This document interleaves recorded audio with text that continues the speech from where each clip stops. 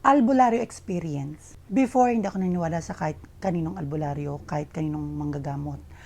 Pero minsan mag-hit sa buhay natin na totoo pala. Alam naman natin sa Pilipinas na sa 100 albularyo, isa lang ang totoo.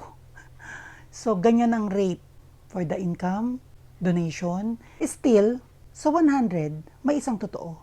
Meron ako nakilalang albularyo. Ngayon, retire manggagamot na siya kasi ayaw niya na talagang manggamot. Kilala siya kasi pinupuntahan talaga siya. Pero siya na yung tumatanggi ngayon. Ayaw na niya talaga.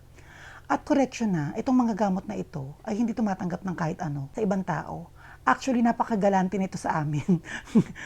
Nagkaroon ako ng sakit. Ilang beses na ako pabalik-balik ng Chinese hospital. Merong bukol sa ulo ko na umiikot papunta ng paa ko, pakatawan, pabalik ng ulo. Nagpa-MRI na ako. Lahat ng test ginawa ko. Nagpa-duplex ako. Doble-dobling mga test, physical test, na-test ko na lahat. So wala akong choice kasi puro negative ang lumalabas sa akin.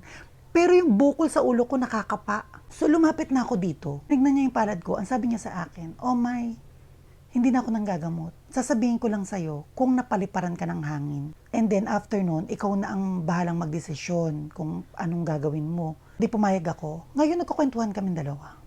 Tinignan niya yung palad ko. Sabi niya sa akin, napaliparan daw ako ng hangin. For the past few years, masyadong matabil ang dila ko. So, meron ako siguro para sa akin, yung mga naibato kong salita sa kapwa ko, bumalik sa akin. Lately, nawawala na siya kasi alam ko na eh. Kumbaga, may sakit, pero pinatawad ko kasi yun yung kailangan para yung karma din matanggal. Ngayon, wala akong ininom na gamot. Hindi rin ako nagpagamot sa iba. Yun lang yung tanging ginawa ko. Nilet go ko yung mga taong yun. So ngayon wala na akong mga post. Wala nang narinig sa aking pangit na salita. Lalo na ngayon sa 5D world. So ito na. Nagkwentuhan kami about mga yung dreams ko, yung mga ganito. Na-amaze siya. Sabi niya sa akin, meron ka ring ability na sa ganito yung taglay mo. Ang gagawin mo, huwag ka munang babasa sa ibang tao hanggat wala kang proteksyon. Sabi ko ngayon, ano yung proteksyon? Hindi ko kasi alam. So, sabi niya sa akin, ang prayer, faith, isa sa mataas na proteksyon. Tinignan niya yung mga ganito ko. Ito, nabili ko to kay Mr. Nick. Sabi niya sa akin, magsuot din daw ako ng mga alahas, gold, silver, bronze, kahit anong metal na pwedeng pangontra laban sa palipad hangin. Yun yung reason kaya napa-stop akong magbasa ng tarot. Kasi hinanap ko muna sa sarili ko yung salitang proteksyon.